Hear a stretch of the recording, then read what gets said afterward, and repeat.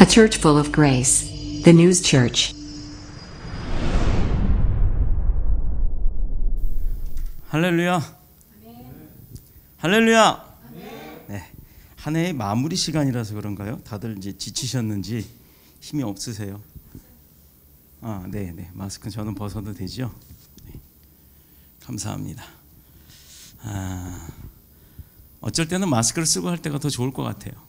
왜냐하면 그다지 잘생기지 못한 얼굴을 반쯤은 가려도 은혜가 될 것 같아서. 자, 오늘 성경 본문의 말씀을 가지고 나눌 은혜의 제목이 주를 앙망하는 자입니다. 우리 참 이 찬양에 많이 듣잖아요. 주를 앙망하는 자 올라가는 이 찬양을 부를 때 많이 부르다 보니까 우리가 흔히 그냥 그러려니 하고 불러요. 근데 먼저 오늘 예배 전에 제가 잠깐 기도하고 그리고 말씀을 나누도록 하겠습니다. 기도합니다. 경배와 찬양과 결단을 위하여 새해 첫날 첫 시간을 주님께 드리는 더뉴스 교회 성도들을 이 시간 붙들어 축복하시는 아버지 하나님 감사합니다. 우리는 낮에 속하였으니 근신하여 믿음과 사랑의 흉배를 붙이고 구원의 소망의 투구를 쓰자 말씀하신 아버지 하나님, 오늘 우리의 마음이 주님께로 확정되었으니 주님 주신 믿음의 눈으로 이 세상을 바라보기를 원합니다. 세상의 어려움 속에서도 한쪽으로 치우치지 아니하고 분별함을 인도받은 말씀의 지혜로 금년 한 해 동안도 예배의 감격을 누리며 주님과 동행하기를 원합니다.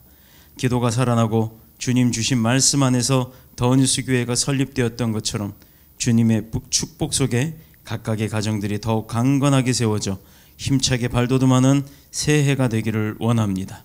함께 아파하고 함께 슬퍼하는 서로의 허물을 감싸주는 우리 모두 가난한 자, 병든 자, 고통받는 자들의 친구가 되는 모습을 주님으로부터 배웠으니 그리 되기를 원합니다.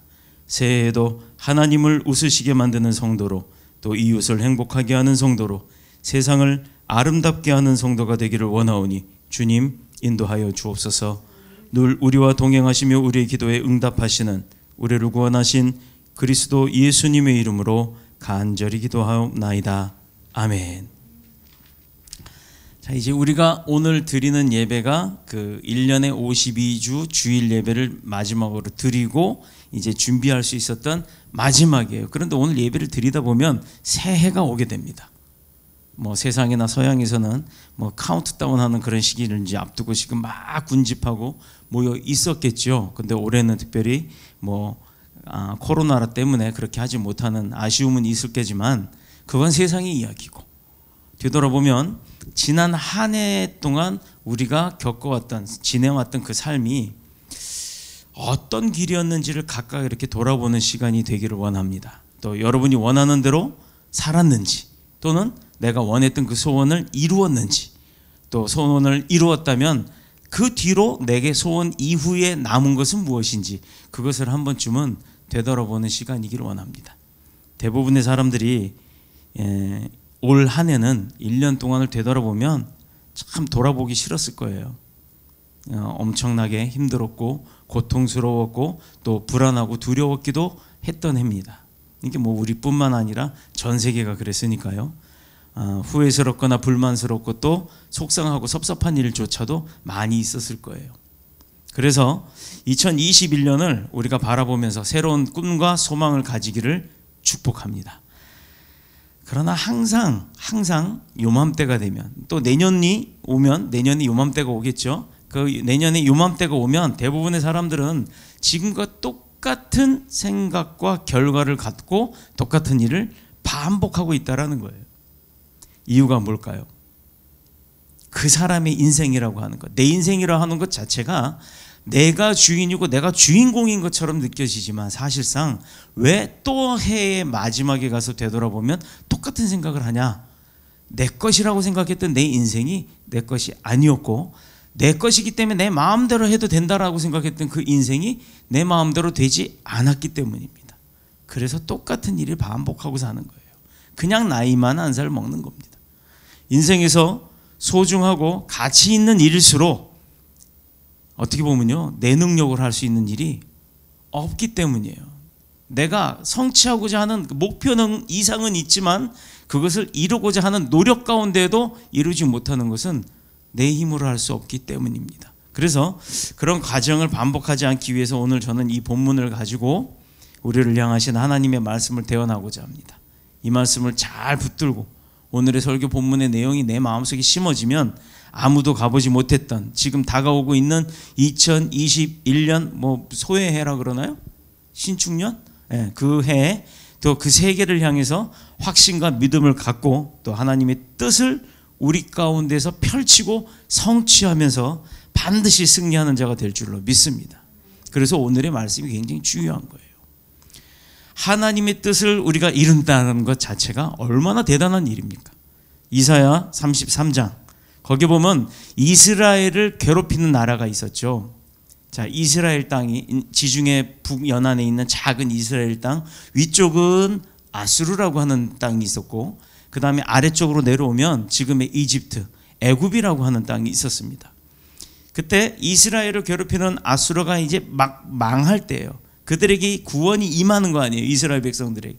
그 원수 같은 나라가 자기들을 핍박했던 나라가 마치 일본이 우리를 핍박했던 것처럼 그 일본이 뭐 세계의 그 연합군에 의해서 패망을 하고 우리가 해방이 되는 것처럼 곧 그들에게도 이스라엘에게도 막 그 마음때의 지금 상황이 오늘의 본문의 내용이에요. 하나님의 손길이 대적에 대한 심판과 동시에 이스라엘 가운데는 하나님의 나라가 회복되어질 수 있다는 것. 너네는 곧 다시 살아날 거야, 일어설 거야, 힘내라라고 하는 그 선언을 오늘 본문에서 선포하고 있는 겁니다.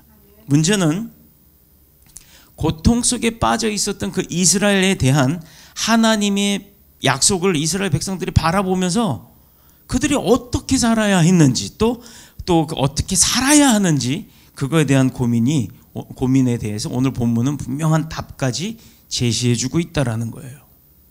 그러면 문제도 답도 오늘 본문에서 다 얻어가시는 겁니다. 첫 번째, 그것은 구원의 하나님을 향했던 이스라엘 백성들이 하던 기도를 한번 살펴보자 이겁니다. 선지자 이사야가 고통과 절망 가운데 빠진 이스라엘을 위해서 할 수 있었던 게 뭐였나요? 선지자 이사야가 할 수 있었던 것은 자기가 대신 나가서 전쟁에 나가서 싸워주거나 아니면 많은 돈 재물 가지고 그 재물도 물론 없었지만 그 재물로 뭐 회유를 하든가 아니면 뭐 그 사람들에게 상납을 해서 마음을 돌리게 하든가 하는 그런 인간적인 방법을 쓰지를 못했다라는 겁니다. 왜? 능력이 없으니까. 오늘 2절을 한번 보면 여호와여 우리에게 은혜를 베푸소서 우리가 주를 앙망하오니 주는 아침마다 우리의 팔이 되시며 환난 때에 우리의 구원이 되소서라고 기도했다는 겁니다. 선지자 한 사람이 그 많은 이스라엘 백성들을 대표해서 기도하기 시작했어요. 그가 이스라엘을 위해서 구하는 것이 대적 아수르 세력을 견제하기 위해서 애굽의 도움을 구하거나 아니면 다른 세력을 이용해서 그 이스라엘의 방패로 세우자고 하는 것이 아니었다는 거예요. 그런 인간적인 어떤 방법을 쓰지 않았다라는 거예요. 선지자 이사야는 그저 하나님께 은혜를 주십사 하고 그것만 구했다라는 겁니다. 이게 뭘 의미하는 걸까요? 세상에 당장 칼이 쏟아지고 막 폭탄이 날라오고 미사일이 쏟아지고 하는데 하나님 앞에 앉아서 기도하고 있었다? 이거 우리가 상상하면 이게 좀 이해가 안 되는 부분이죠. 당장 도망을 가든가 아니면 뭐 어디 벙커에 숨든가 아니면 해외로 도피를 하든가 그런 생각들을 하는 게 세상적 사람들의 생각이겠죠. 그러나 이사야는 하나님의 백성이었습니다. 그것도 선지자였어요. 사명을 가진 자예요. 그렇기 때문에 그는 어떻게 했다? 하나님 앞에 기도했다. 인간이 자신의 힘으로 해결할 수 없는 문제에 빠졌을 때 우리 그럴 때 많잖아요. 이거 꼭 해결해야 되고 이거 꼭 문제가 이렇게 이루어져야 되는 부분인데 그게 막 어려울 때 상황에 내가 진퇴양난에 빠질 때 그럴 때 우리는 어떻게 합니까? 어떻게든 머리를 내밀어 사람한테 회유를 하든가 그 사람을 내 사람으로 만들든가 아니면 심지어 모함을 해서라도 그 사람을 쓰러뜨려서라도 내가 밟고 일어서려고 하는 게 그게 세상 사람들의 생각인 거예요. 그러나 여기서 오늘 본문에 나왔던 내용 중에 앙망한다라고 했는데 그 앙망이라는 단어가 어떤 의미냐? 한글 사전에는요. 윗사람을 존경하는 마음으로 우러러보다라는 뜻이에요. 그런데 우리가 이제 여기 연장자 계신 분들은 다 아실 거예요. 70년대만 해도 우리가 편지 쓸 때 또는 어떤 무슨 뭐 회사에다가 뭐 뭐 휴가서를 낸다든가 뭐 사직서를 낸다든가 할 때 거기 보면 윗사람들한테 그렇게 편지를 쓰잖아요. 뭐뭐뭐뭐 하오니 뭐뭐 악망하나이다 뭐 이런 식으로 쓰잖아요. 그때만 해도 70년대만 해도 제 기억으로는 그 편지에 악망이란 단어들이 굉장히 많이 썼었습니다. 뭐 기체후 일양 망강하우시 뭐 일양 뭐 그렇죠? 그 틀렸을 거예요 제가 잘 모르니까. 그런데 그것뿐만 아니라 뭐 부모님 전상서 이것부터 시작하잖아요. 그런 거 많았어요. 그러나 본문에 기록된 이 악망한다라고 하는 말은 히브리어로는 카와라고 하는 거예요. 카와. 그 의미는 고대하거나 열심히 찾는 것, 또 간절한 마음으로 우러러보는 것이란 뜻입니다. 사모하며 인내하며 도움을 구한다라는 의미도 갖고 있습니다. 이 악망하다는 표현이 개정개혁 우리 성경을 이번에 바뀌면서 여기서는 뭐라고 표현했냐면 일부에서 사모함으로 변경이 돼서 번역이 됐어요. 그러나 중요한 것은 악망이라고 하는 단어 자체는 하나님을 향해 기도하는 사람의 자세일 수밖에 없다. 하나님을 향해 엎드리는 자, 자복하는 자의 모습은 그 악망함이 표현이 돼야 된다라고 하는 그 사실입니다. 그러므로 여기서 우리가 주를 악망하오니 라고 하는 이 본문의 의미는 구원의 소망을 둔 하나님의 사람들이 하나님께 그 소원을 둔 사람들이 기도를 어떻게 하느냐 그 기도의 모습이 한마디로 표현되었다라는 겁니다. 악망하다. 왜 기도하냐고요? 연약한 인생이 은혜를 베풀어 달라고 하지 않으면 자기가 그거 어떻게 살아갑니까? 자, 오늘 여기 앉은 여러분 또 온라인으로 예배 드리시는 분들 지금부터 쭉 거슬러 돌아가서 올 2월달 1월달로 한번 돌아가 봅시다. 그때까지만 세상 모르고 막 살았어요. 외국에서 난리가 났어요. 중국에서. 그래도 우리하고는 상관없다라는 생각 막 그냥 편한 대로 살았습니다. 그런데 어느 날 2월 말쯤 돼서 정부에서 심각한 일이 벌어졌습니다 하놓고 외국 나갔다 오는 사람은 자가격리를 시키기 시작합니다. 그래도 들어오고 나가고가 그렇게 어렵지 않았어요. 왜? 마스크의 중요성도 없었고 사람들이 그렇게 막 픽픽 쓰러져 가면서 죽지 않았기 때문에. 그런데 시간이 가면 갈수록 그게 점점 어려워짐에 봉착하자마자 우리가 압박과 굴레와 탄압 속에 예배를 드리기 시작했고 또 그리고 난 이후에 지금 어때요? 몇 사람만 모이면 뭐 잡아가요? 벌금 내요? 뭐 그런 거 하잖아요. 지금 상황이 우리가 편한 상황이 아니에요.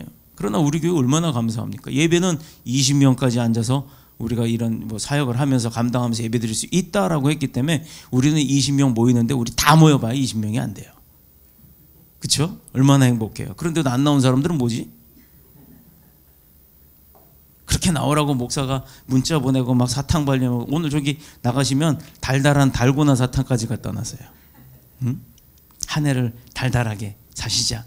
삽시다 하고 그런 의미로 갖다 놨어요. 그런데도 안 나와. 인간의 힘으로 해결할 수 없으니까 내가 할 수 없으니까 전지전능하신 하나님 앞에 매달리는 거예요. 그래서 기도하는 겁니다. 하나님 앞에 도와달라고 구원해달라고 그 손길을 내미는 거예요. 어떻게? 악망하면서. 우리에게 기도가 중요한 것은 하나님을 향한 우리 부르짖음 다시 말해서 우리의 소원을 주님 앞에 알리는 거예요. 당면한 그 환난 그것만 벗어나기 위함이 아니라 앞으로도 그 이후도 파도처럼 파도 하나 넘으면 또 다른 파도가 넘어오는 것처럼 많은 문제들이 내게 다가와도 내가 두려워할 것이 아니라 오로지 하나님 한 분이 나와 함께 하시면 그 문제조차도 그 다음 문제도 다 해결될 수 있다라는 그 믿음이 우리에게 있기 때문에 기도하는 겁니다. 환난과 고통 속에 빠져 있을지라도 그 모든 것을 극복하고 이기고 또 그래서 더 강한 자가 될 수 있도록 우리가 그 훈련을 잘 이겨나갈 수 있도록 도움을 구하는 유일한 방법이 기도예요. 그거밖에 없는 거예요. 하나님 아버지와 대화할 수 있는 방법이 그 기도 하나밖에 없는 겁니다. 아수르의 위협 속에 곧 내가 죽을 것 같은데 우리나라가 망할 것 같은데 그런데 일부 정치가나 종교 지도자는요 남쪽 애굽에다 붙어서 그들에게 도움을 구하기 시작합니다. 나라를 이끌어가는 사람들이 그따위예요. 그러니 지도자 잘못 만나면 얼마나 힘들겠어요. 그러나 이 이스라엘 백성 기도하는 사람들의 특징이 무엇입니까? 하나님만 있으면 된다잖아요. 그런데 세상을 호령하고 움직이고 하는 그 정치하는 사람들의 특징은 뭐냐? 불신앙과 그에 따라오는 인본주의, 사람이면 된다라고 얘기하는 사람들, 사람이면 최고다라고 하는 사람들. 물론 우리가 세상을 살아가면서 사회적 삶을 살아야 되기 때문에 주변에 사람이 없어도 그것도 문제죠. 그건 독선적인 거죠. 그러나 그 사람들이 우선이 되는 것이 아니라 그 사람들을 위해서 하나님이 우선이 돼야 된다라는 겁니다. 이 사람들은 일이 잘 되면요, 다 자기가 잘해서 잘 된 줄 알아요. 또 일이 잘못되면 내가 잘못해서 잘못됐다가 아니라 저 사람 때문에 잘못됐다, 무엇 때문에라고 잘하는 사람들이 인본주의자들입니다. 그래서 그런 사람들이 모여있는 곳엔 항상 분쟁과 싸움과 시기와 질투밖에 없는 거예요. 용서함과 인내함과 긍휼함과 자비함이 없는 거예요. 위기를 넘기기 위해서 권력이나 물질에 의지하는 자들이 바로 그 사람들입니다. 그러나 선지자 이사야는 주장하기를 위기를 통해서, 고통을 통해서 오히려 기회를 잡자 이거예요. 어떤 기회? 하나님 앞에 갈 수 있는 기회, 하나님 앞에 무릎 꿇을 수 있는 기회, 하나님 앞에 간절함으로 악망하면서 드릴 수 있는 기도의 기회를 그때 잡자 이겁니다. 그러니 내게 어려움이 와도, 또는 육신의 아픔이 와도, 또는 회사의 어려움이나 고통이나 재정적 곤란함이 와도 그것을 해결하는 방법은 물론 발로 열심히 뛰어야겠지만 그 전에 하나님 앞에 지혜와 용기를 구하는 기도가 우선이 돼야 된다라는 겁니다. 그래야 하나님이 도와주시는 거예요. 내 사정에 내가 오늘 아침에 하나님 앞에 구했던 그 내용대로 하나님이 도와주시는 거예요. 당하지 않게. 문제를 만나면 그 문제 속에서 세상 사람들이나 세상을 바라보는 것이 아니라 어떻게 해라? 하나님만 앙망하며 기도해라. 그래서 고난을 통해 연약한 인생에게 부어주시는 그 하나님의 은혜를 그렇게 기도하는 자만이 맛볼 수 있다 이 말이에요. 그래서 히스기야 임금은 국가의 위기나 개인의 위기 앞에 흔들리지 않았어요. 나라가 망할 것 같은데, 점령당할 것 같은데도 흔들리지 않고 그는 하나님 앞에 간절히 기도했던 자가 되는 겁니다. 임금이 그러니 나라가 망해요? 안 망하잖아요. 다 아시죠? 이사야 36장에 보면 아수르 왕, 그땐 산헤립이라고 하는 왕이에요. 그 왕이 이스라엘을 공략해 올라오면서 랍사게라고 했던, 발사게 아니에요, 랍사게예요. 랍사게라고 했던 사람을 통해서 하나님과 이스라엘을 모욕하고 또 그 왕권에게 도전하면서 항복 문서를 받아내려고 했어요. 자, 어떤 때가 생각나죠? 우리나라, 내가 이 나라의 국모다라고 했던 그 사건이 일어났던 그 시대, 우리나라 근동시대, 근대시대에 우리나라에도 그런 일이 있었어요. 그렇죠? 근데 우리는 어떻게 했습니까? 항복 문서 써줬죠. 을사조약이냐 늑약이냐 이제 그 싸움들은 하고 있습니다만, 그게 지금뿐만 아니라 고대 이스라엘에도 그 일이 있었다 이 말이에요. 히스기야는 성전에 올라가 그들이 전한 협박문을 앞에 딱 펼쳐놔요. 성전에 여기 딱 꿇어 엎드려서 앞에 그들이 준 협박문서와 그 다음에 또 항복문서를 딱 펼쳐놓습니다. 그리고 눈물을 툭툭 흘리면서 그 마음이 어땠겠어요? 나 하나 잘못되는 거야 문제가 아닌데, 내가 이 항복문서를 쓰면 내 나라 백성들, 그들의 자녀들, 그리고 그들의 또 자녀들, 앞으로 태어날 내 백성들이 전부 다 노예가 되는 거예요. 그 삶을 딱 생각하니 이 히스기야 왕은 눈물이 퍽퍽 쏟아지는 거예요. 얼마나 마음이 아팠겠어요. 하물며 내 자녀뿐만 아니라 내 백성들이 또 일을 다 당할 거니까. 그래서 그는 그 성전 앞에 딱 무릎 꿇고 그 서류를 펴놓고 하나님 앞에 간절히 눈물을 내 기도를 드리기 시작합니다. 그때 기도 응답이 있었어요? 없었어요? 있었잖아요. 아수르가 18만 5천 명이라고 하는 어마어마한 대군이 막 몰려왔었는데 성 앞에 하룻밤을 딱 자고 다음날 일어났는데요. 그들이 밥을 안 해 먹어. 아침에 일어나면 밥을 해야 될 거 아니에요. 모닥불이 막 모락모락 이렇게 군영에서 모닥불이 막 연기가 나면서 밥을 하는 소리가 나야 되는데 불을 안 피워. 이상하다. 그래서 이렇게 쓱 살펴봤더니요, 죄다 죽었네. 밤 사이에. 아마 그들이 강물 퍼먹었던 그 물에 무슨 독약이 풀렸던가, 아니면 하나님이 밤사이 얼어 죽게 했던가, 그건 우리는 몰라요. 내가 그 자리에 가보진 않았으니까. 그런데 성경엔 써 있습니다. 하룻밤 사이에 아수르 대군 18만 5천 명이 그냥 싹 다 전멸을 해버렸어요. 아수르의 왕 사네립은 허겁지겁 도망가기 시작했죠. 아니 왕만 살고 군사가 다 죽었으니 왕 혼자 뭘 어떻게 하려고. 제 나라로 도망가서는 이젠 또 어떻게 됐나? 그 왕이요? 어떻게 됐어요? 자기 나라로 돌아갔는데 아들이, 그 왕의 아들이, 사네립의 왕 아들이, 이것 봐라, 내가 물려받아야 될 내 나라의 군사들 데리고 와서 다 죽이고 혼자 들어왔는데 예라이 하고 아들이 아버지 목을 탁 쳐서 죽였어요. 성경에 보면 참 막대 먹은 놈들 많아요, 그죠? 그러니까 이거 읽어보면 이렇게 재미있어요. 그렇게 그 이후에 38장에 보면 그걸로 끝났나요? 분명히 승전을 한 히스기야가 또 다른 고통이 옵니다. 왕이 그 이후에 정치 얼마나 잘했겠어요? 백성들이 야 우리 왕이 하나님 앞에 기도했더니 저런 일을 봐라, 우리 가만히 있었는데 쟤네 다 죽고 지들이 도망갔어. 와 하나님 대단하시다, 왕 대단하다 하고 왕을 얼마나 높였겠습니까? 그렇죠? 인기가 끝내줬을 거예요 아마. 그런데 그 왕이 멀쩡했으면 얼마나 좋습니까? 또 잘 통치를 하던데 38장쯤 가서 보면 이제 히스기야 왕이 나이가 들은 게 아니라 병이 들어버렸어요. 병이 들어서 죽게 됩니다.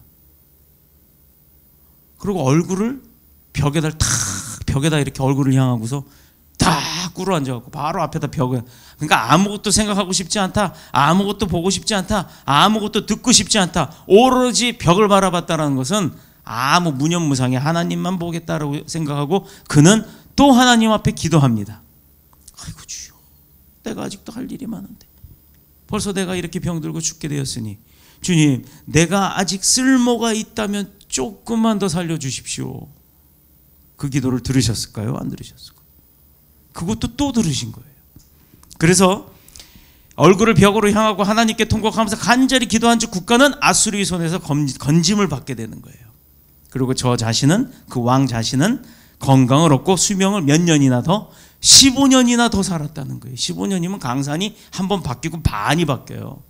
그렇게 나라를 통치를 잘했답니다. 저는요, 딱 요 대목이 나오면 제 간증을 안 하고 못 베겨요. 왜? 똑같은 일이었으니까. 저에게도 어머니가 계시잖아요. 어머니가 돌아가셨는데 어머니가 어느 날 멀쩡히 자고 계시더니 갑자기 배가 아프다고 그러셔갖고 병원을 동네 산부인과 갔어요. 갔더니 뭐 아무 이상 없대요. 근데 또 배 아프다고 해서 또 갔더니 그러면 내가 뭘 써줄 테니까 큰 병원 한번 가보래요. 그래서 큰 병원을 갔어요. 근데 종합검진을 하래요. 종합검진 했어요. 아무 이상 없습니다. 돌아가세요. 그게 부천의 성띵병원이에요. 그 큰 종합병원이에요. 아 그러냐고. 어머니 이건 신경성인가 봐. 아니면 예전에 여기 수술을 재수술했던 그것 때문에 연세가 드셔서 이제 복력이 떨어지니까 땡겨서 그렇게 아프다고 그러시나. 그게 딱 불과 한 달이에요. 한 달이 딱 지났는데 너무 이제 아침에 일어나지도 못하고 식은땀을 막 흘려가면서 떼굴떼굴 굴르시길래 다시 그 병원으로 갔습니다. 아니 한 달 전에 종합검진했을 때 그 병원에서 아무 이상 없다고 했던 어머니가 어디 아드님이 어머니가 이렇게 될 지경이 이주이경이 될 때까지 병원을 안 모시고 오고 뭐 했냐고 호통을 치더라고요. 왜 그러냐 했더니 자궁 6종, 근종은 흔한 병이고 6종은 특이한 병이랍니다. 뭐 한 10만 명에 한 명꼴 나올라나 말라나 그 뭐 케이스가 좀 드문 케이스래요. 그거 떡 걸리셨대요. 어떻게 합니까? 수술해야 합니다. 그럼 검사하겠습니다. 그날 바로 입원했는데 검사를 하다 말고 김은중 과장님이에요. 그 과장님이 하는 소리가 아드님이 이거 좀 잘 들어보셔야 될 것 같습니다. 어렵습니다. 굉장히 심하게 퍼지셔서 온몸에 전이가 다 되었습니다. 아니 이거 보세요. 무슨 소리 하시는 겁니까? 한 달 전에 멀쩡하다고 한 분이 어떻게 온몸에 암이 다 전이가 되냐고. 그랬더니 하는 말, 이 암은 깡패 같대요. 어디서 튀어나올지, 어디서 튀어났다 어디로 갈지 모른대요. 그게 무지 빠르답니다. 그래서 그럼 수술하면 되겠습니까? 수술하재요. 수술방 들어가서 8시간 수술할 거라 그러더니 1시간 반 만에 그 앞에서 보호자 들어오래요. 그 옷 파란 거 뒤집어 쓰고 뭐 바람 팍 불고 되게 냉동 잘 돼 있는 수술방을 들어갔더니 내장을 다 끄집어내놓고 의사들 수두룩하게 서 있으면서 거기서 봐라, 설명 들어라. 뭐 이것도 다 띄고 몇 센치를 더 잘라야 되는데 이거 다 잘라면 아드님 보시기에 남는 게 있을까요? 없을 것 같은데요. 그러면 마취가 깸과 동시에 큰 고통과 더불어 사망입니다. 어떻게 할까요? 어떻게 했으면 좋겠습니까? 물었어요. 덮읍시다. 그게 뭔 말인지 몰랐어요. 수술을 포기하자 이 얘기예요. 그래서 그랬죠. 그럼 그렇게 해주세요. 그럼 얼마나 더 사실 수 있습니까? 우리 드라마나 영화 보면 딱 이럴 때 뭐라 그래요? 3개월 그러잖아요. 근데 저 3개월로 알아들었어요. 3개월이 아니라 3주도 안 남았다고 합니다. 그냥 모시고 가서 어머니가 드시고 싶은 거 드시게 하고 하시고 싶은 거 하게 하라고. 몰핀이라고 하는 마약을 주신다고 그 쓰라 그러더라고요. 어머니 병원에 중환자실에다 딱 넣어놓고 집으로 오면서 어떻게 운전을 하고 왔는지 몰라요. 처음으로 태어나서 처음으로 방바닥을 막 쳐가면서 우리 어머니 평생토록 제가 어렸을 때 아버지가 일찍 돌아가셨거든요. 혼자 돼지 몸으로 저 키우시느라고 고생하셨는데 이제 좀 내가 어른 돼서 살만하니까 어머니 데려가시려고 합니까? 도저히 안 되겠습니다. 내 대신 어머니 대신 나를 데려가시고 어머니를 조금 더 살게 해달라고. 그리고 막 진짜 어떻게 울었는지 모르겠어요. 정말 그렇게 눈물을 흘려가면서 땅바닥을 치고 고라고라 떼굴떼굴 굴러가면서 기도를 했습니다. 그런데요, 어머니가 암이 완치가 됐으니까 이 얘기를 하는 거예요. 이후에 어머니는 암이 완치되셨고 7년이나 더 사시다가 노환으로 소천하신 거예요. 이게 하나님이 하신 겁니다. 할렐루야. 하나님이 이런 분이에요. 그러므로 2021년도는 우리도 더 많이 기도하고 모이기에 힘써서 예배하고 찬양하고 히스기야처럼 응답받는 축복의 하나가 될 줄로 믿고 예수님의 이름으로 축복합니다. 둘째는 여호와 하나님을 경외하는 일을 쉬지 않았다는 거예요. 이스라엘 백성들이. 첫 번째가 기도하는 것, 두 번째는 경외하는 일을 쉬지 않았다. 이게 뭘까? 세상에서 가장 가치 있는 일은요, 오늘 본문 마지막에 나옵니다. 오늘 본문 맨 마지막 6절에 보면 여호와를 경외하는 것이 너의 보배다 라고 얘기를 하세요. 여기서 경외한다는 말은 우리가 흔히들 나를 낮추는 모습을 경외한다라고 하는 거예요. 그래서 찬양은 하나님을 높이고 경배는 나를 낮춘다, 이렇게 의미를 갖고 있죠. 그런데 일반적으로 공손히 섬기고 두려워한다는 의미를 지니지만 두려움이 더 많이 강조된 단어라고 볼 수 있습니다. 그러나 본문에서 말하는 하나님의 경외는 그 의미가 깊고 중요해요. 왜? 그것은 하나님을 무서워하는 것보다는 그분이 어떤 분이며 우리와 어떤 관계에 있는지를 잘 이해함으로 자발적인 마음으로 복종하는 것, 그리고 예배하는 것, 이것을 의미하는 거예요. 내 스스로 자발적으로, 누구에 의해서가 아니라, 담임 목사 눈도장 찍으려고가 아니라 담임 목사는 제껴두고 하나님 만나러, 예수님 만나러 성령님 내 안에 모시러 그렇게 예배하러 오는 것, 그게 오늘의 이 본문이에요. 그런데 이런 마음과 태도는 사람이 관심을 가지고 내가 아무리 노력한다고 해서 되나요? 참 예배하려고 가면 일이 막 생겨도 그렇게 생기지 뭐. 야, 이거 막 어떨 때면 요거 하면 막 돈이 이만큼 생길 것 같아. 예배냐 돈이냐 예배냐, 에라 모르겠다. 양발이 탁 걸치다 양다리 걸쳐봐야 아무것도 이루어지지 않죠. 그렇죠? 잠언 1장 7절에 보면 여호와를 경외하는 것이 지식의 근본이거늘, 뭐요? 여호와를 경외하는 게 뭐의 근본이라고요? 지식의 근본이거늘 미련한 자는 지혜와 훈계를 멸시하느니라. 지혜만 구하는 게 아니죠. 성경은 지혜만 주시는 게 아니에요. 은혜만 주시는 거 아니에요. 잘못했다고 훈계도 하십니다. 그래서 가끔 보면요, 성경의 훈계의 말씀은 제 거고 성경의 은혜의 말씀은 내 거래. 그런 사람 많아요. 그래서 뽑기, 아까 우리 안 목사님 기복적 신앙 버려라, 뽑기가 아니에요. 말씀을 받는 거예요. 근데 그 말씀을 딱 받았는데 느낌이 뭔가 깨름칙게 하고, 이건 내 말씀 아니야, 이거 내가 뭐, 사실 자기가 잘못한 거 많은데도 그 잘못한 게 턱 나오니까 이건 아니야, 이거 내 거 아니야, 말씀 잘못 뽑았네, 이런 생각하시는 분들이 있어요. 그래서 뽑는 게 아니라 받는 거라고 표현을 하는 겁니다. 그런 기복적을 갖고 있으라는 게 아니에요. 다시 말해서 하나님의 말씀을 가까이 하고 그 말씀을 내 인생의 양식으로 삼을 때 그 말씀을 통해서 임하시는 하나님의 은혜로 경외하는 마음이 만들어지게 된다. 그래서 지혜자는 말하기를 잠언서 2장 4절 5절에 은을 구하는 것 같이 그것을 구하며 감추어진 보배를 찾는 것 같이 그것을 찾으면 여호와 경외하기를 깨달으며 하나님을 알게 된다 이거예요. 야, 금과 은 보배들을 감춰놓고 보물찾기 할 때 눈 뒤집어 가면서 몇 개씩 막 찾잖아요. 그거 찾듯이 하나님을 경외하라는 거예요. 내 지갑에 수표 들어있는 것처럼. 아멘 안 하시네? 아멘. 이 얘기 뭐냐면 이제 올해부터 다 수표 들고 다니시란 얘기예요. 현찰 말고.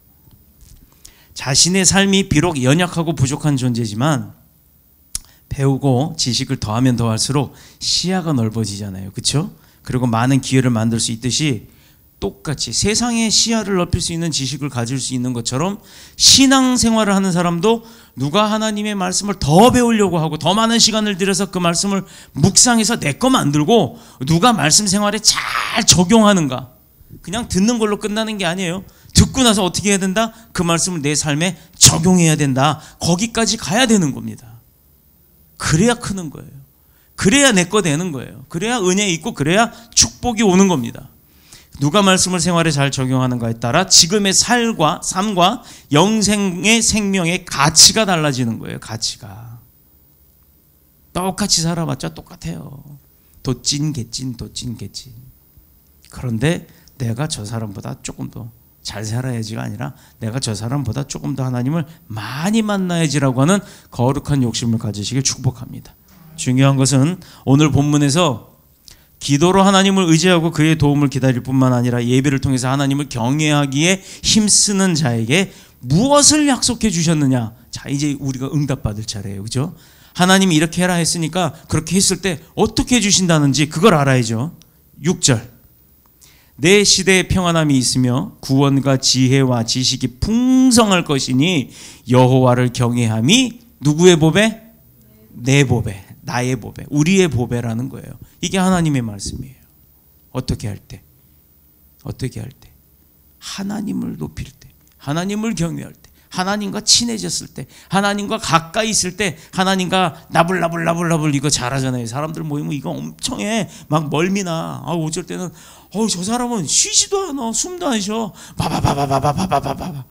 근데 하나님한테 가려면 입이 안 열려요 이래요. 하나님 앞에 이야기하듯 해요. 오늘 지금 어때? 저 권사라는 사람이 말해요. 얼마나 나한테 막 뭐라고 했는지. 난 그게 귀가 아파요. 하나님 저 사람 입을 지져주세요. 이런 거 해봤자 안 들어주세요.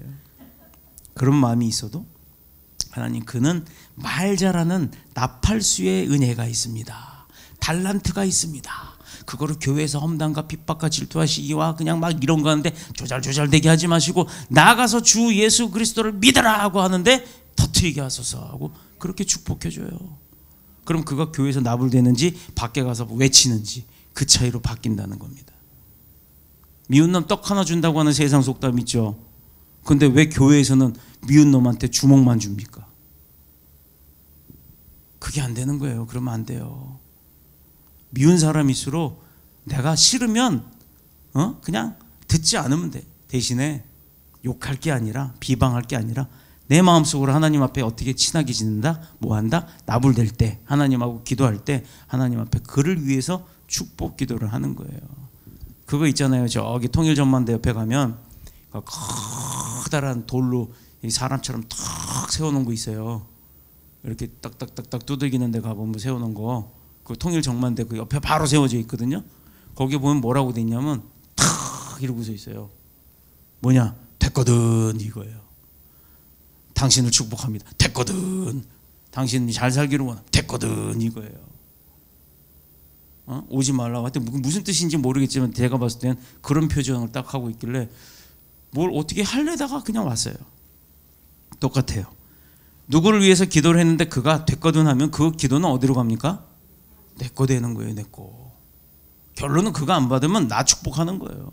그러니 어떻게 해라? 막 부어줘라. 돈 드는 것도 아닌데 막 퍼주는 거예요. 왜? 이걸로 잘하잖아 다들. 나불나불 잘하니까 그때 막 기도로 진실하게 막 퍼주는 거예요. 그거 안 받으면 다 내 거거든. 감사하잖아요. 받으면 또 잘 되면 나도 잘 되는 거고.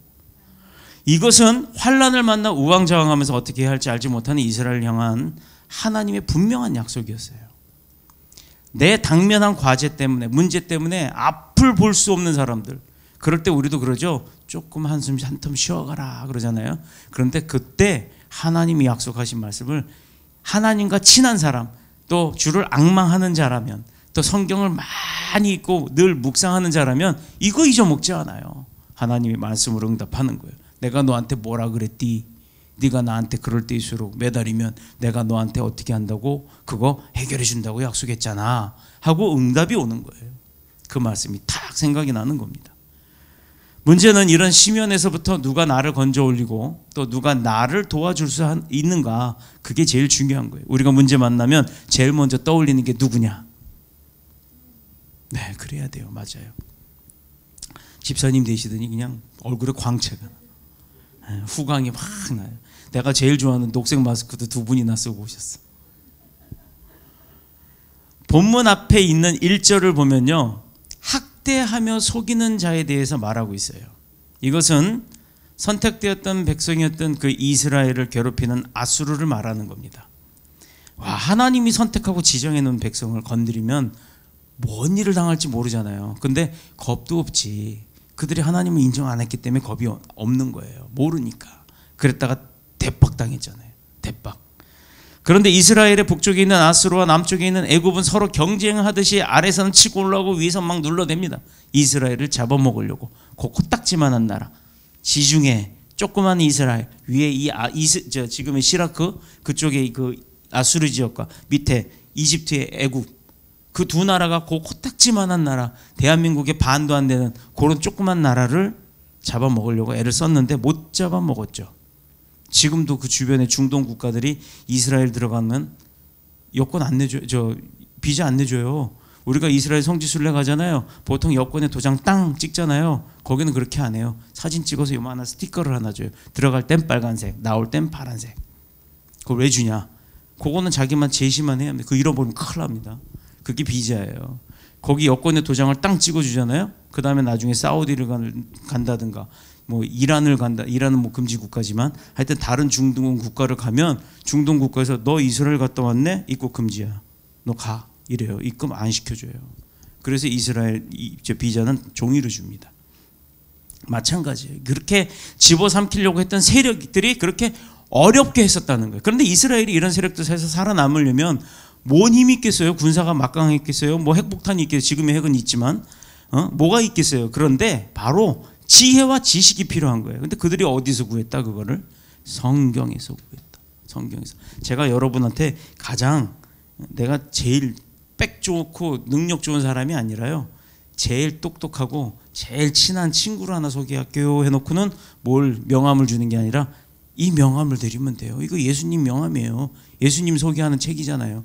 그러니까 이게 예수님 명함이에요. 이거 전하면 되는 거예요. 그럼 그 사람도 나중에 예수님 알고 나면 고맙다고 하죠. 그래서 5절의 말씀을 보면요, 사방의 대적들 때문에 두려움과 고통을 당하고 있는 이스라엘이 지금 당장 무엇을 어떻게 구해야 하느냐 하는 그 답까지 알려줍니다. 내가 어려울 때 무엇을 어떻게 구하는지. 5절 한번 볼까요?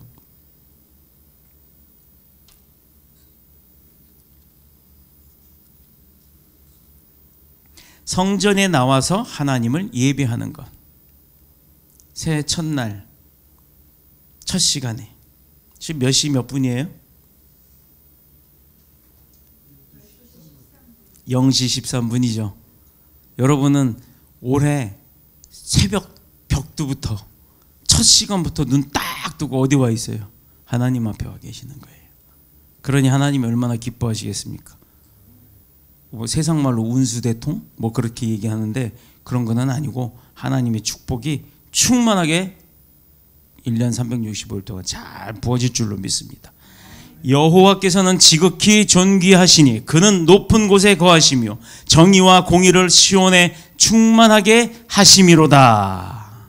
이게 오늘 5절의 말씀이잖아요. 어떤 곳에 계시고 높은 곳에 거하시며 정의와 공의를 시온, 우리가 살고 있는 이 땅에 충만하게 하시는 분이시다. 그분 앞에 와 있는 거예요. 여호와 하나님을 가리켜 지극히 존귀하며 높은 곳에 계신다고 하는 그 뜻이 뭐냐? 인간은 그 어떤 방법으로도 그 높은 곳에 갈 수 있어요? 이 세상에서 제일 어려운 일이 뭐예요? 하늘의 별 따기. 근데 그보다 더 어려운 거는요, 달려있는 거 따는 건 쉬운 거예요. 내가 별을 달아보려고 해봐요. 별 달 수 있겠어요? 못 달아요. 마찬가지입니다. 인간은 어떤 방법을 써도 우주 로켓을 타고 가도, 어차피 그 우주 로켓 타고 가도 몇백 년, 몇천 광년을 가도 그 사람은 죽고 없잖아요. 그죠? 하나님 앞에 직접적으로 갈 수 있는 방법이 없다라는 거예요. 그분은 높고 거룩함에 계신 분이기 때문에 우리는 그 위치에 갈 수가 없다라는 겁니다. 그런데 이 같은 하나님을 향해서 인간이 올라갈 수 있고 또 가까이 할 수 있는 길이 있는데, 그게 바로 어떤 때? 지금 여러분들이 하고 계시는 거, 예배라는 거예요. 그래서 이 예배가 그렇게 중요해요. 그래서 크리스찬들은 예배를 그렇게 중요시 여기는데 그 예배를 못 드리게 하면 되겠냐고요. 하나님 앞에 가지 말라는 얘기잖아요. 하나님 믿지 말라는 거잖아요. 그걸 지혜 있게, 조리 있게 조건에 맞춰서 할 수 있게끔 풀어줘야지. 그래서 많은 목사님들이 기도하고 있는 거예요. 뭐 누구처럼 막 나가서 막 데모하고 그럴 것 같으면 이 나라 벌써 뒤집어집니다. 근데 목사님들 그걸 하는 게 아니잖아요. 기도하잖아요. 왜? 그도 우리나라 지도자니까. 또 그도 우리나라 정치인들이니까. 그들을 위해서 기도를 하는 겁니다. 세상의 언론에 비춰서 기독교를 무슨 독교라고 욕을 하지 마시고, 기독교의 많은 곳들이, 물론 잘못하는 분들도 계십니다만, 많은 기독교인들이 이렇게 나라를 위해서, 국민들을 위해서, 세상을 위해서 기도하고 있다는 사실을 좀 인지해 주시기를 바랍니다. 그래서 이런 문제를 해결하려고 많은 정치가와 종교 지도자들이 의견이 막 분분한 상태에 지금 이스라엘이 빠졌어요. 그런데 어떤 의견도 이스라엘을 구할 수 있는 정확한 답은 없었습니다. 왜 그러느냐? 그들이 무엇을 안 했기 때문에, 하나님 앞에 기도를 안 했기 때문에 서로 의견만 내는 거예요. 말씀을 가까이 하지도 않았고 성전에 올라와 예배하지도 않았기 때문에 그들에게는 하나님의 지혜가 없었던 거예요. 다스리는 분이 하나님인데 전쟁은 누구의 손에 있다? 하나님의 손에 있는 거예요. 그래서 하나님이 손 들어주는 사람이 이기는 거예요. 근데 하나님을 알지도 못한 사람 손 들어주냐고요. 들어줘도, 내가 들어주려고 해도 지가 하나님이 들어주고 있는지도 모른단 말이에요. 그래서 그들의 모든 말과 행동은 하나님이 원하시는 답이 아니라 오히려 이스라엘을 더 많이 고통받게 만들고 심각한 문제에 빠져들 수 있도록 했다. 누가? 이스라엘의 정치인들이 그랬다는 얘기예요. 그때 이사야 한 사람만이 기도했다는 얘기를 했잖아요. 자, 이런 상황 가운데 하나님이 이스라엘에게 한 말이 뭐냐? 여호와를 경외함이 너의 보배다라고 했던 것. 이것은 아수르나 애굽이나 그 어떤 대적이라도 빼앗아갈 수가 없는 보물이에요. 그죠? 내가 갖고 있는 건데, 내 아내 갖고 있는 건데 나를 죽인다 해도 그건 못 뺏어가요. 절대로. 알지를 못하니까. 세상에 있는 그 어떤 보물과도 그래서 비교하거나 바꿀 수 없는 귀하고도 영원한 것을 말하는 거예요. 나 무엇과도 주님을 바꾸지 않으리 하고 하는 그 고백의 찬양을 부르면 저는 항상 눈물이 나요. 바꿀 게 없어요. 바꿀 게. 다 드리니까. 더 드리고 싶은데 드릴 게 없으니까 눈물이 나요. 그만큼 하나님이 소중하다는 겁니다. 겪어보면 압니다. 만나보면 압니다. 그래서 제가 전하는 거예요. 그런 하나님을 만납시다라고. 예수 그리스도는 여호와를 경외함이 우리의 영원한 보배가 됨을 알게 하시려고 육신으로 이 땅에 태어나신 거예요. 또 우리를 위해서 모욕받고 핍박받고 순환받고 고통받다가 돌아가셨어요. 그걸로 끝나는 게 아니라 뭐가 중요하다고요? 부활이 중요하다 그랬죠. 3일 뒤에 누구나 죽는 죽음에서 끝나는 것이 아니라 그 누구나 죽던 죽음까지 죽어놓고도 그 다음에 다시 살아나시는 그 기적을 보이신 분이 바로 하나님 예수님이라는 거예요. 하나님의 아들. 그게 우리는 그 부활의 신앙을 믿는 거죠.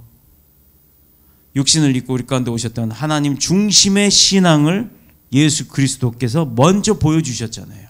그래서 우리는 그리스도의 본이 되는 자, 그리스도를 본받는 자, 또 세상의 크리스찬이 본이 되는 자, 교회가 본이 되는 교회, 이게 돼야 되는 거예요.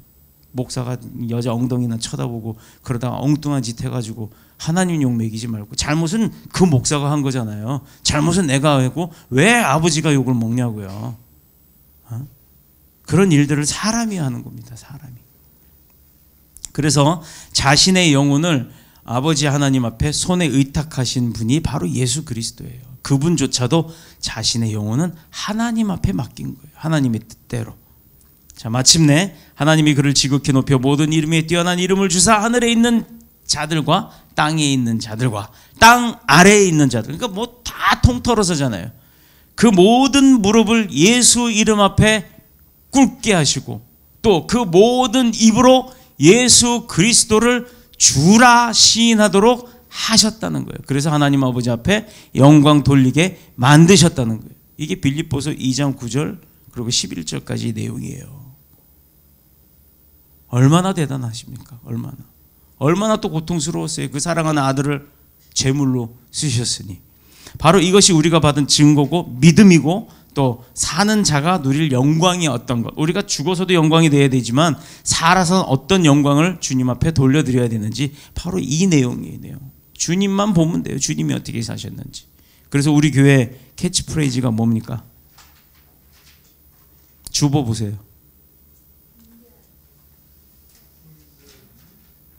우리 교회 달력에도 나오죠. 예, 예수님만 말하고 예수님만 증거하는 교회입니다. 교회가 예수님 자랑해야지 교회 등치 자랑하고 건물 자랑하고 사람 자랑하고 학력 자랑해봐야 소용없는 거예요. 우리 교회 커, 우리 교회 헌금이 뭐 얼마가 나와, 그게 뭐가 중요합니까? 예수님 없으면 말짱 꽝이지. 그래서 예수 그리스도를 통해서 보여주신 그 사랑을 우리가 받았으니까 받은 걸로만 끝나는 게 아니라 우리도 전해야 한다는 겁니다. 이걸 빨리 캐치하는 사람이 축복받는 거예요. 교회 나가기만 한다고 축복받는 게 아닌 겁니다. 교회 나가면 다 축복받는다고 하는데 받은 사람이 얘기를 하잖아요. 그러면 자기도 그 사람이 어떻게 생활을 했는지는 모르고 어떻게 기도했는지 어떻게 예배했는지 어떻게 섬겨했는지 어떻게 섬기고 봉사했는지는 하나도 쳐다보지 않고 나도 교회 나가면 축복받겠지라고 생각해요. 그게 아니란 말이에요. 2020년 한 해 동안 뭐 했는지 모르게 1년이라는 세월이 지나가 버리고 코로나19라는 보이지도 않는 바이러스 하나로 인해서 온 세상이 근심 걱정 염려하고 두려워했습니다. 그런데요, 사랑하는 여러분, 잘 보세요. 잘 생각해 보면 그런 어려움 속에 있었음에도 불구하고 우리는요, 하나님의 보호하심이 있었다라는 거예요. 누구 하나 코로나 걸려봤어요? 아니죠. 누구 하나 뭐 어디 뭐 가서 뭐 붙들려 가봤어요? 아니잖아요. 그게 바로 하나님의 도우심이 있었고 성령님의 인도하심이 있었음을 알게 하시는 방법이었다는 거예요. 얼마나 감사합니까? 코로나19 속에서도 그런데 하나님은 여전히 내 하나님이었구나, 이거를 깨닫게 해주시는 거예요. 그걸 왜 연말에 가서 하냐고요. 매일 알면 얼마나 좋아. 주일날 알면 얼마나 좋아. 특히 토요일날 알면 얼마나 좋아. 주일을 준비하는 날로 토요일을 살면 얼마나 행복하겠습니까? 은혜 가운데 지난 해를 마감하고 새해를 맞이하는 하나님 앞에 우리가 이 시간에 감사함을 가집시다. 2021년 신축년이라고 하죠. 뭐 12간지로는 소띠해라고 뭐 그러는데 그런 거 모르겠어요. 하나님이 주시는 날이면 만족이지 무슨 띠가 중요합니까? 오늘 말씀을 기억하며 늘 하나님을 의지하며 어려울수록 기도로 도움을 구하고 일평생 하나님을 앙망하고 경외하는 것이 우리 인생의 제일 큰 축복인 줄 믿고 예배에 힘쓰는 자가 된다면 2021년도 굉장히 조건이 많아요. 그죠? 근데 그 조건을 다 지키려고 해보세요. 우리의 모든 소망이 이루어지고 하나님의 뜻이 우리 안에서 성취되는 거예요. 펼쳐질 줄로 믿습니다. 올 한 해도 하나님을 기쁘게 하시는 축복된 인생의 삶을 사시는 모두가 되시기를 그리스도 예수님의 이름으로 축원합니다. 축복합니다. 기도드리겠습니다.